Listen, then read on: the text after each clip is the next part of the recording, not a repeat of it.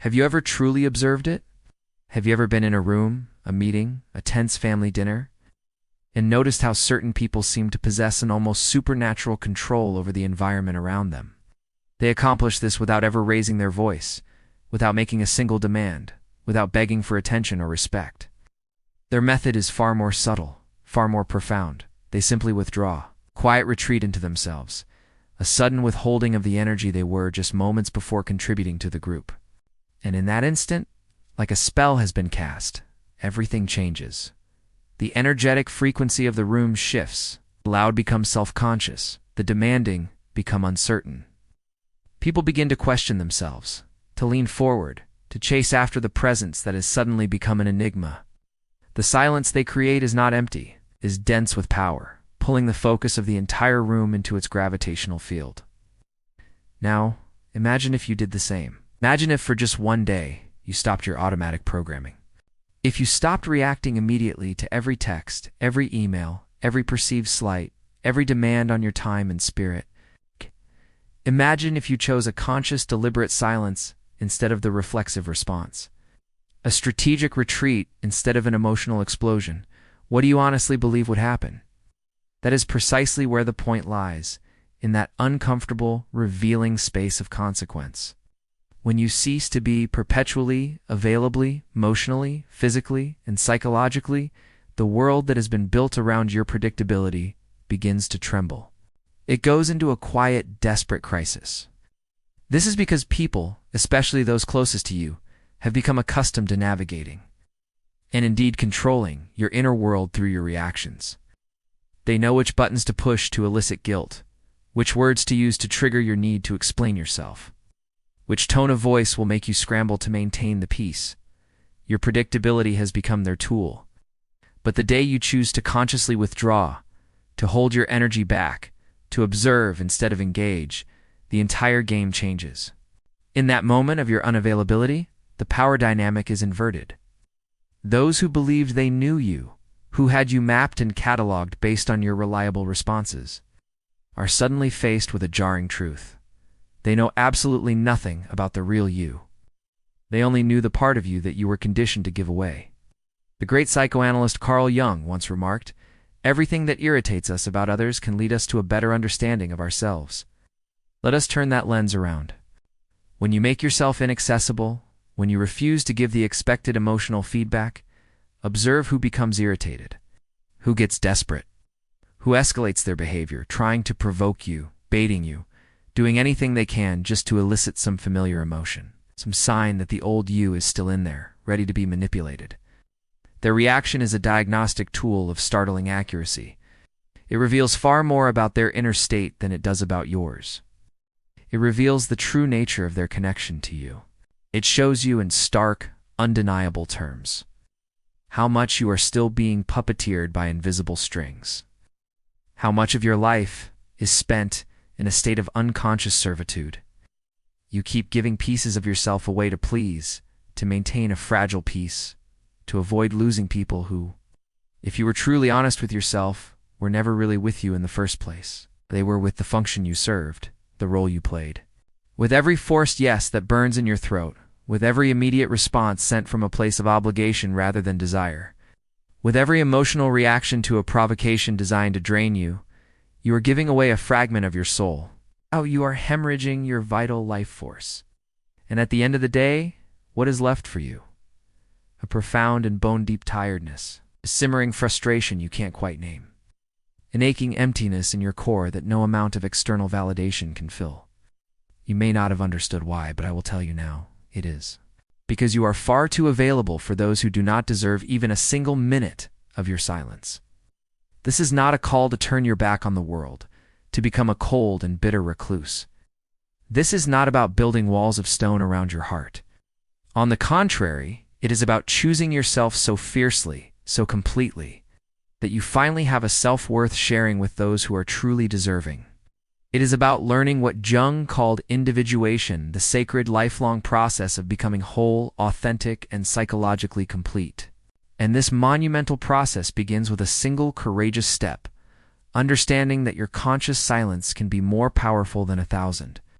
Impassioned arguments that a strategic withdrawal when it comes from a place of self-awareness and not from fear. It's one of the most potent acts of power a human being can wield. So I ask you now, and I ask you to look past these words and into the very heart of the matter. How long will you continue to be controlled by the emotional weather patterns of others? How long will you allow your inner peace to be a hostage to their moods, their demands, their unresolved traumas? How long will you continue to react like a puppet on a string every single time someone pokes at your wounds? Perhaps the time has finally come to cut those strings, to withdraw not into the shadows but into your own sovereign center, to become for a time a mystery to those who thought they had you figured out. Because I promise you this: when you stop being available, when you reclaim your divine right to your own energy, everything, and I mean everything, changes.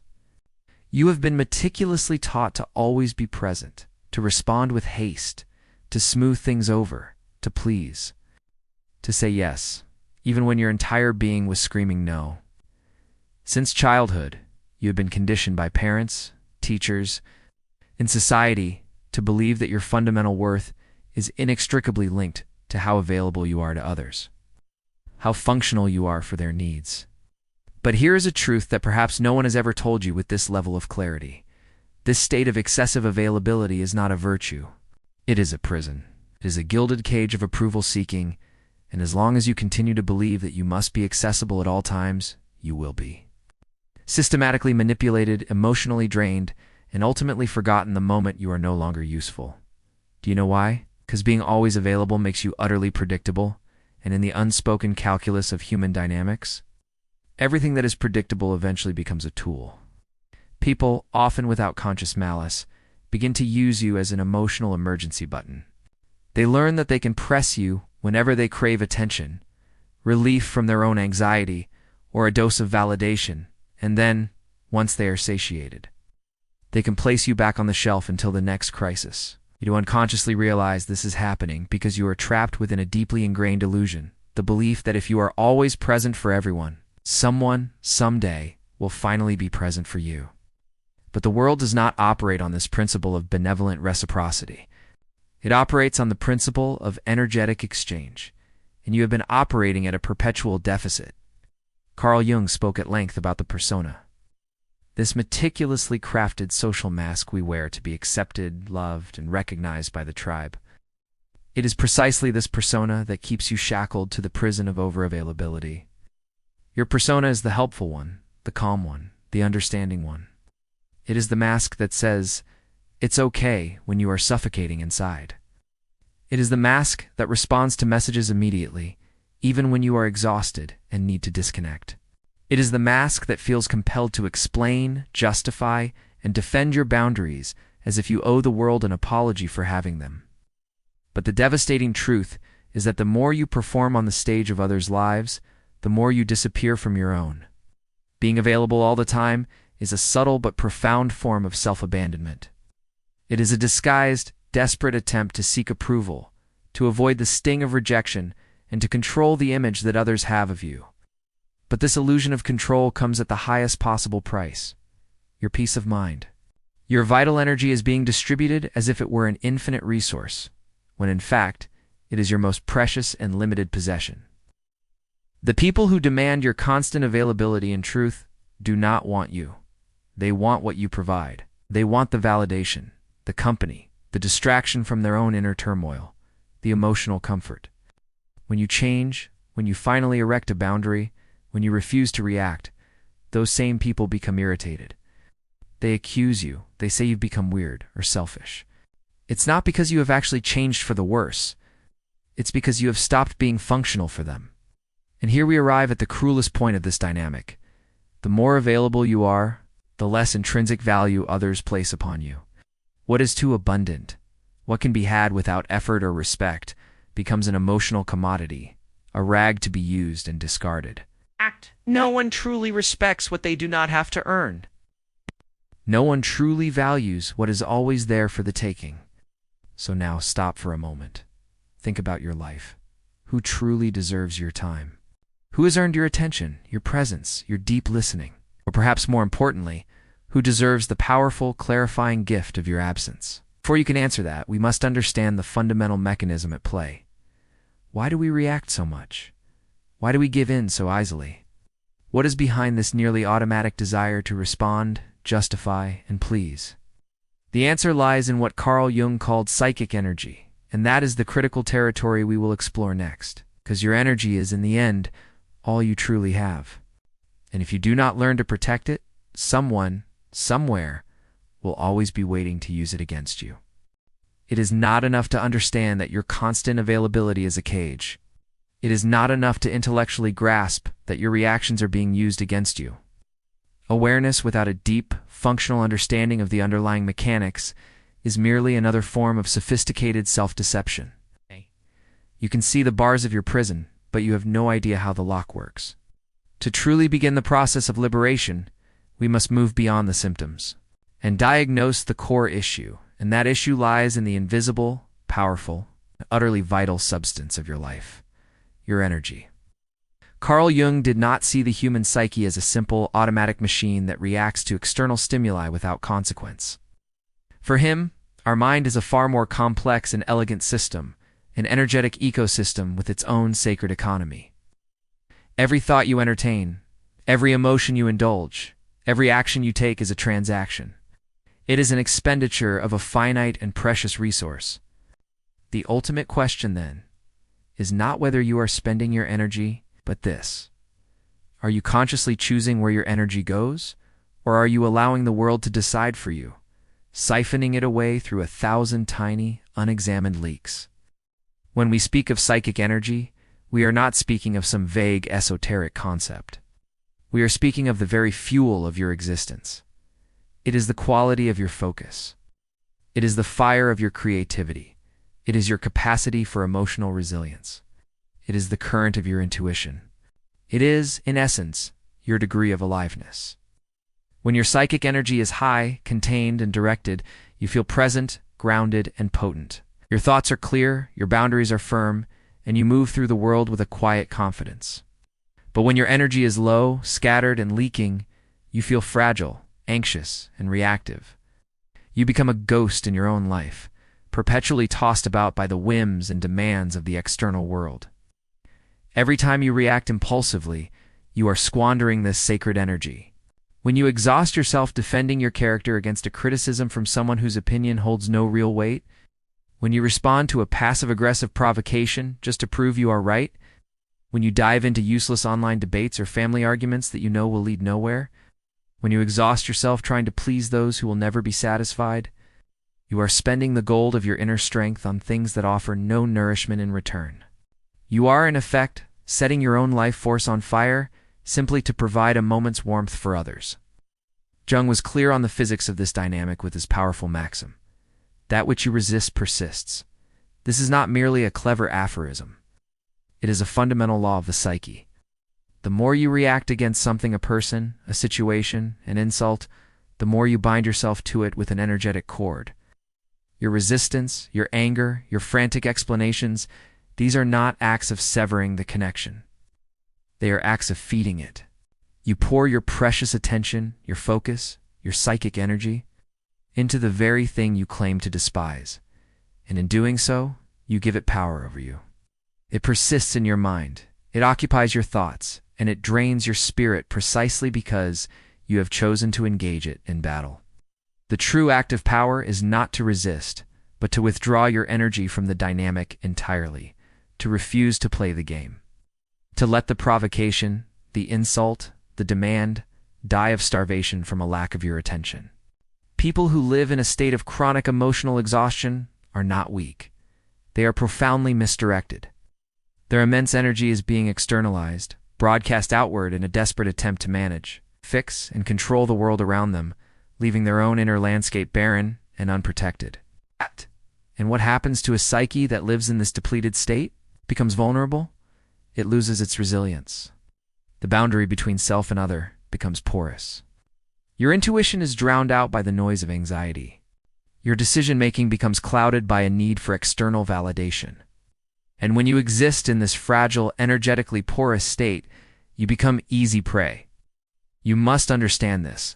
Manipulative people, opportunistic personalities, And the emotionally needy have a highly developed, almost animalistic sense for this kind of vulnerability. Ow.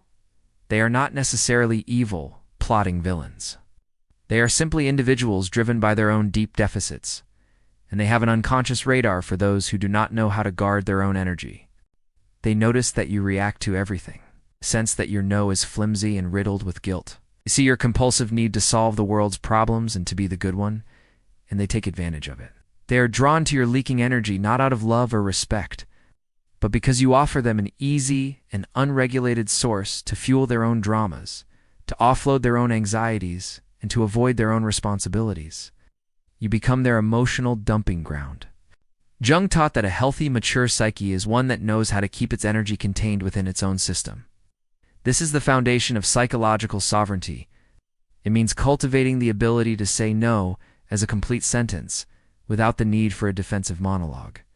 It means learning to remain silent in the face of a challenge, without feeling like a coward. It means mastering the art of observing a situation before you act, giving yourself the sacred pause needed to consult your own inner wisdom, rather than your conditioned reflexes. This power is only possible when you know yourself well enough to recognize your own impulses, to see the hook before you bite it. True power is not in the force of your reaction, but in the clarity of your choice of when and if to act at all. Think of it. How many nights of sleep have you lost, replaying an unresolved conversation in your mind, endlessly editing your dialogue? How many hours have you wasted ruminating on what you should have said, or trying to dissect the motivations of someone who treated you poorly? This is your psychic energy being drained without return, flowing into a past that cannot be changed. You are actively keeping alive the very ghosts that should have died long ago. You are single-handedly funding and producing psychic dramas that only continue to exist because you insist on responding to them, even if only in your own head.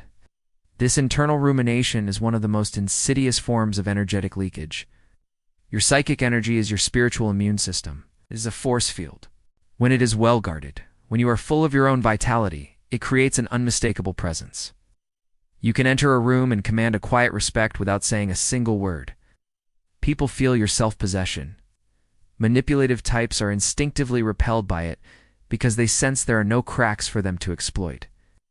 But when your energy is mismanaged, when your force field is weak and full of holes, you become psychically invisible, or worse, a target. You seem reactive, fragile, and desperate for approval. And the world often has little mercy for those who give their power away so icily. Therefore, the real work begins with radical self-observation. You must become a detective of your own inner world. What are your specific triggers? What comment, what person, what situation reliably makes you react automatically? What makes you lose your center and spill your energy? These are not random points of irritation. These are the exact locations of your wounds, the precise points where your energy escapes. And that is where you must focus your efforts. Not to become cold, callous, or indifferent, but to become selective, to become sovereign over your own inner kingdom. And here we arrive at one of Jung's most powerful revelations. When you learn to conserve your energy, you do more than just feel calmer and stronger. You fundamentally disrupt the unconscious games that others play with you. You break the projections that they have placed upon you. And that, to many people, is an unforgivable act. We are now entering a darker, more complex territory, that of silent manipulation and the unconscious warfare of the psyche. In the next part, we will explore precisely how opportunistic people feed on your energy and why your newfound unavailability will completely and utterly disarm their games. Get ready to look into the eyes of those who have always drained you without you even realizing it. You think you are in control? You believe with a certainty born of habit that your emotional response is your flash of anger, your wave of guilt, your urge to explain our conscious choices originating from a sovereign self. But the truth is far darker, far more intricate. For most of your life, the majority of your emotional reactions have not been choices at all. They have been programs. They are deeply ingrained scripts, written in the invisible ink of your childhood conditioning, your unhealed wounds, and your desperate, unconscious need for acceptance. And those who understand this, the opportunistic, the needy, the manipulative, do not need to raise their voices, threaten you, or force any situation. They simply need to find the buttons you have left exposed, the triggers you have failed to protect. They press, and you react. always. Carl Jung gave this primary mechanism a name: projection. It is the profound psychological process through which individuals unconsciously disown the parts of themselves they can not or will not see, and then perceive those very qualities as existing in someone else. They project their own rage, their own incompetence, their own secret desires onto the world around them. But there is another side to this phenomenon, a crucial piece that few stop to notice. While others project, you have been conditioned to become the perfect receptacle. Your learned availability, your practiced agreeableness, your desperate need to be seen as the good or helpful one has turned you into a blank canvas, an ideal screen upon which others can play out the movies of their own inner lives. This is why your relationships so often feel like reruns of the same draining script. Consider the crisis magnet, that friend or family member who only reaches out when their world is collapsing. They call you in a panic, their voice thick with drama, and you playing your role. Drop everything to listen, to advise, to soothe. In this dynamic, they are projecting their own disowned helplessness onto you, casting you in the heroic role of the savior. They do not love you. They are addicted to the feeling of being rescued, and you are simply the most reliable provider of that feeling. Or consider the emotional regulator, the partner or parent who cannot manage their own moods. They treat you as an extension of their own nervous system, expecting you to absorb their anxieties, dissipate their anger, and maintain a state of calm on their behalf. You are not a partner in a relationship. You're an emotional utility, a human shock absorber. And then there is the conditional praiser, the boss, mentor, or associate who showers you with admiration. But only so long as you remain perfectly functional for their ambitions. They project their own drive onto you, seeing you not as a separate individual, but as a tool for their own advancement. The moment you express a personal need, a boundary, a desire that deviates from their agenda, the praise vanishes, replaced by a cold disappointment or sharp criticism. In all these cases, the devastating truth is the same. They are not relating to the real you. They are relating to the idea of you, to the simplified, functional role you have agreed to play in their internal drama. And why do you agree? Why do you accept these draining, one-sided roles? The answer lies in the deep, primal fears that govern the unconscious mind. The fear of disappointing others, the fear of not being loved, the fear of being abandoned and cast out of the tribe. These fears are the invisible strings attached to your limbs, and the opportunistic individual is an expert at plucking them without you ever seeing their hand move. You must understand that the most effective manipulation does not happen in the shouting matches or the overt threats. It happens in the devastating silence of induced guilt. It is the unspoken expectation that you owe them your time, your energy, your immediate response. You feel trapped not by their anger, but by your own conditioned sense of obligation, a sense that has been weaponized against you your entire life. Here is the central point that will change everything once you fully grasp it. The manipulator does not need to control you. They only need you to keep reacting in the same predictable way. Your reaction is the fuel. Your guilt-ridden, yes, your long defensive explanation. Your predictable emotional outbursts, these are the responses that keep their psychological world stable. It allows them to continue offloading their uncomfortable feelings onto you, ensuring they never have to face the emptiness or chaos within themselves. As long as you react, the game continues, and you continue to lose. But what happens when you apply the knowledge from our last discussion? What happens when you begin to consciously conserve your psychic energy? When you stop reacting, the entire game breaks. When you start saying no as a complete sentence, when you respond to a provocation with deliberate silence, when you withdraw from a brewing argument instead of defensively explaining yourself, the projection they have thrown at you has nowhere to land. It is like a film being projected onto a screen that is suddenly snatched away. The image shatters, falling into a distorted heap on the floor. The mask they have placed upon you crumbles, and this sudden turn of events leaves them utterly unsettled. They no longer know who you are, because the predictable puppet is gone. And worse, much worse for them, they are now forced to look at themselves. Without you as a convenient distraction or dumping ground, they are left alone in a room with their own reflection, and not everyone is prepared for that encounter. Your newfound unavailability is a profound threat to their psychic equilibrium because it forces them to confront their own emptiness. The silence you offer only amplifies the deafening internal noise they have been trying so desperately to escape. And this is when the attack comes. It is an inevitability. The criticism, the accusations, the sudden emotional drama, all of it is a desperate, flailing attempt to provoke the old you back into existence. They will call you selfish. They will call you cold. They will accuse you of having changed in some dark and terrible way. You must anchor yourself in the knowledge that this is not because you are wrong, but because you have stopped serving as their convenient mirror and their willing escape route. Jung said, "We do not become enlightened by imagining figures of light, but by making the darkness conscious." When you withdraw, when you refuse to feed the toxic cycle, you are not creating darkness. You are simply refusing to help them hide from their own. Your unavailability forces their shadow to emerge into the light of their own consciousness. And for many, this experience is unbearable. They would rather label you a monster than face the one in their own mirror. But this brings us to the precipice of your own transformation. What about you? Are you ready to deal with the profound discomfort of being misunderstood? Are you prepared to be rejected, criticized, or even attacked for the sacred act of protecting your own soul? Are you strong enough to endure the silence that comes after the rupture? Because it is precisely in that silence, in that space, cleared by the departure of those who only valued your utility, that a new and formidable kind of power is born. And that is what we must now explore.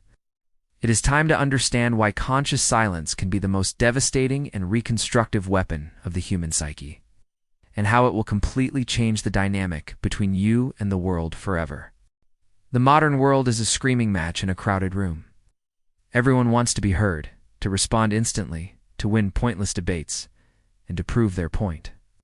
Even if the price is their own inner peace. It is a culture of noise, of frantic reaction, of perpetual broadcast. But within this cacophony, there exists a power that very few know, and even fewer have the courage to master. The power of conscious silence. This is not the silence of passivity, fear, or cowardice. It is not an empty void. It is a strategic, lucid, and brutally clear silence that is, in itself, an act of profound rebellion. It is a silence that is not absence, but amplified presence. Carl Jung saw silence not as a lack, but as a fertile ground, an alchemical vessel for the deepest inner transformations. He understood that when you finally stop reacting, you begin the sacred work of observing. And in the clarity of that observation, you begin to see the hidden architecture of your reality for the first time. You see the patterns of emotional repetition in others. You see the subtle games of manipulation you were once blind to. And most importantly, you see your own unconscious cycles of self-sabotage. Silence does not numb you. It grants you a terrifying and liberating lucidity, and that lucidity is a mortal threat to a world that thrives on your confusion. Have you ever truly noticed how some people descend into a state of panic when you do and respond immediately? When you don't explain yourself? When you simply disappear from the conversation they were trying to control? Their panic is not because they miss you. It is because your silence has robbed them of their narrative control. You must understand this critical dynamic.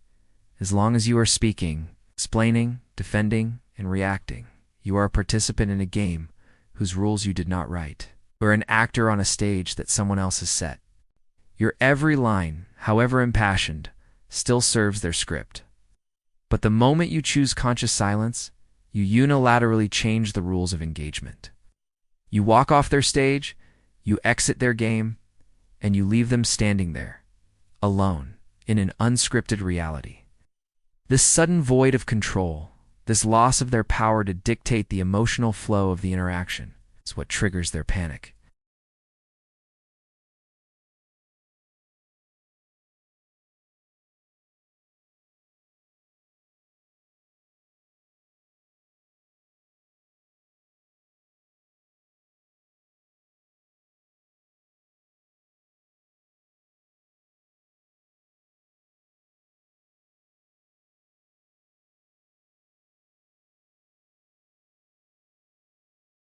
But do not be fooled into thinking this power comes without a cost. It has a price, and that price is the comfort of being understood by the masses. You will be misunderstood. To those who only knew your functional persona, you will now seem cold, distant, aloof, or even arrogant. You will lose people, friends, family, partners, who only valued you for the convenient role you played. But you must reframe this in your mind, not as a failure, but as a necessary and successful filtration process. You are not losing people. You are shedding roles you were never meant to play. Your silence is a purifying fire, and only what is real will remain after it is past. The most profound transformation, however, is not the effect your silence has on others, but the radical reconstruction it initiates within you. The most powerful silence is not the one that disturbs them. It is the silence that rebuilds you from the ground up. In the beginning, this inner silence will feel deafeningly loud. It will be an uncomfortable, restless space filled with the screaming echoes of your old conditioning. The voices of guilt will whisper that you are being selfish. The voices of fear will warn you that you will end up alone. You must endure this phase. It is the withdrawal period from a lifelong addiction to external validation. You must sit within that discomfort and allow those voices to fade, recognizing them not as truth, but as the ghosts of an old self. Gradually, miraculously, the quality of that silence begins to change. It stops being a void and starts becoming a space. It cleanses, it calms, it heals. And it is here, in this sacred inner chamber, that silence evolves into its highest form: solitude. This is not the aching solitude of absence or loneliness. It is the powerful, resonant solitude of total presence, the presence of your own authentic self. It is what can be called the solitude of the strong. The solitude of one who no longer needs to betray themselves in order to keep others close. It is the profound peace that comes from finally enjoying your own company. This entire journey, the withdrawal from toxic dynamics, the weaponizing of silence, the embrace of solitude, is not an escape from the world. It is a profound and necessary return to yourself. It is the final, practical culmination of Jung's process of individuation. You are not fleeing reality. You are finally grounding yourself in what is real within you, so that you can engage with the world from a place of wholeness rather than neediness. And in this process, your very identity undergoes a fundamental shift. You cease to be a reactor, a piece of driftwood tossed about by the emotional currents of others, and you become a creator. You are no longer shaped by your circumstances. You begin to shape your reality from a solid, unshakable inner core. Your life stops being a series of reactions and starts becoming a series of conscious choices. And what of the loss? What of the people who fall away? You must see their departure for what it is. The people who feel threatened by your newfound peace reveal that they were never connected to you in the first place, were connected to the role you played, the function you served, the energy you provided. Now that the role is retired, they do not know what to do with the real you, and so they must leave. Their departure is not a wound, it is the final stage of your healing. It is a liberation. You will lose people, but you will find yourself. You will distance yourself from familiar places, but you will reconnect with the homeland of your own soul. You will become misunderstood by the many, but you will finally, for the first time, be truly and deeply understood by yourself. And in this new state of being, you become powerful in a way you never imagined. Because when you are no longer available for just anything, you become immensely valuable. You become rare. You become unforgettable. Not because of a mask you wear, but because of the authentic, integrated self you have fought so hard to become. This is not an end. It is a rebirth. It is the start of a life where you are no longer available for emotional crumbs, for manipulative mind games, for voids disguised as affection. Now, you only have the time and energy for what resonates with your peace, what aligns with your truth, what contributes to your wholeness. Everything else is just noise, and you have finally learned how to be silent. If you have followed this journey this far, it is because a part of you was already on this path. A part of you has already understood that being loved by the world means nothing if for that price you must abandon yourself. And you know now that true, enduring self-love begins the moment you choose yourself, even and especially if it costs you the world. That loneliness you once feared is revealed to be the very path to your true freedom.